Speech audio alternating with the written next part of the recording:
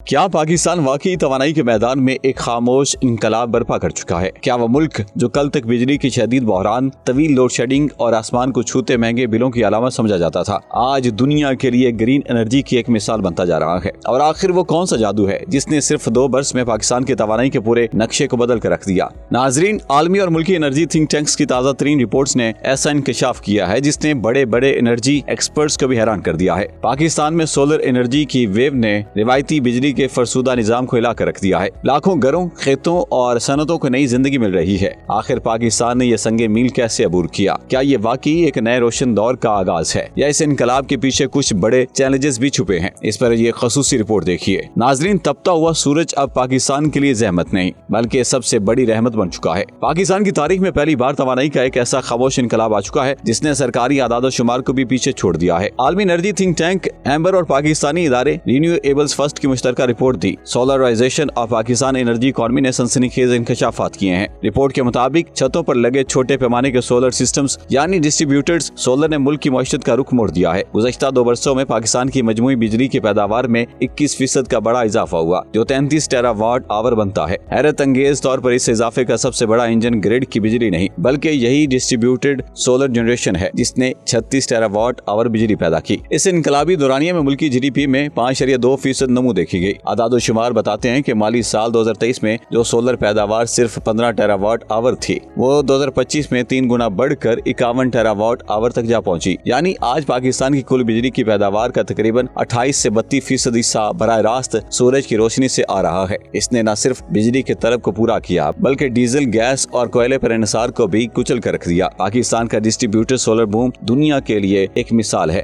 جہاں دنیا بھر میں توانائی کی ڈیمانڈ ایندھن کی قیمتوں کی وجہ سے دب جاتی ہے، وہاں پاکستان نے دکھایا کہ کلین اور سستی انرجی کتنی تیزی سے اپنائی جا سکتی ہے۔ یہ نظام سستا اور نصب کرنے میں انتہائی آسان ہے۔ ڈسٹریبیوٹڈ سولر نے پاکستان کی مڈل کلاس گھروں، کسانوں اور صنعتکاروں کو مہنگی بجلی اور لوڈ شیڈنگ کے عذاب سے مستقل نجات دلائی۔ اب عام صارفین پاکستان کی توانائی کی منتقلی کے عمل میں ایک تماشائی نہیں بلکہ مرکزی کردار بن چکے ہیں۔ اس انقلاب کا سب سے بڑا فائدہ ہماری زرعی معیشت کو ہوا ہے۔ زراعت میں سولر نے مہنگے ڈیزل کی چھٹی کرا دی جس سے کاشتکاروں کو سستا اور وافر پانی میسر آ رہا ہے۔ دوسری طرف فیکٹریوں اور تجارتی مراکز نے گرڈ کے بھاری نرخوں کا بوجھ اٹھائے بغیر اپنی پیداواری لاگت کو کم کر لیا ہے۔ اگرچہ ٹرانسپورٹ کا شعبہ ابھی اس سے دور ہے لیکن الیکٹرک وہیکلز کی صورت میں اگلا محاذ یہی بننے جا رہا ہے۔ پاکستان میں سولر انرجی اب محض ایک عارضی متبادل نہیں بلکہ معیشت، زراعت اور عام شہری کی زندگی بدلنے والی ایک گیم چینجر پاور بن چکی ہے۔ تھنک ٹینکس کی رپورٹ بتاتی ہے کہ پاکستان دنیا کی تیزی سے ابھرتی ہوئی سولر معیشتوں میں شامل ہو چکا ہے، لیکن اصل اور سب سے بڑا سوال اب بھی اپنی جگہ قائم ہے۔ کیا حکومت عوام کے اس برپا کیے ہوئے خاموش انقلاب کو ایک مضبوط نیشنل گرڈ، بہتر پالیسیز اور جدید انفراسٹرکچر کے ذریعے مستقل کامیابی میں بدل سکے گی، یا پھر یہ تیز رفتار پیش قدمی حکومت کی لاپرواہی اور کمزور گرڈ اسٹیشنز کے باعث کسی نئے بحران کو جنم دے گی؟ فیصلہ آنے والے چند برسوں میں ہو جائے گا۔